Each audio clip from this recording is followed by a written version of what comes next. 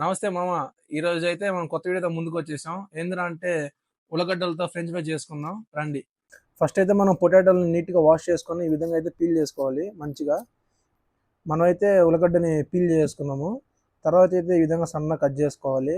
మీరు అనుకోవచ్చు ఏంద్రా ఇడు మాకు చెప్పినాడు ఇదంతా మాకు రాదు అనుకోవచ్చు. కానీ ఇలాంటి రానులు కూడా చాలా మంది ఉన్నారు. ఇది చేయడానికి మెయిన్ రీజన్ ఏంటంటే మళ్ళీ హాస్టల్లో ఉండే కుర్రాళ్ళకి పనికొస్తుంది ఈ విధంగా రెసిపీస్ అయితే. ఫస్ట్ అయితే ఈ విధంగా కటింగ్ అది అయిపోయింది.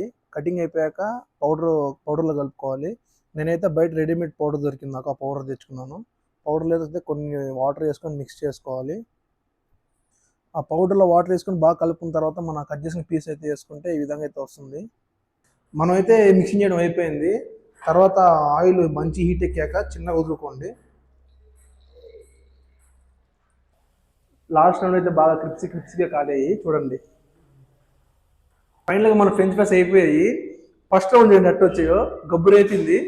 సెకండ్ అయితే బాగానే వచ్చాయి, క్రిప్సీగా వచ్చాయి. టేస్ట్ చేద్దాం. ఏదైతే ఫస్ట్ టైం వేసింది బాగాలేదు, లబ్బ సాగుతుంది. సెకండ్ టైం వేసిందైతే చాలా బాగుంది. సెకండ్ టైం వేసింది. మీరు ఎప్పుడైనా ట్రై చేస్తుంటే కామెంట్ చేయండి, ట్రై చేయకపోతే సరే ట్రై చేయండి. ఇంకెందుకు లేటు, మరో వీడియోలో కలుసుకుందాం. బాయ్.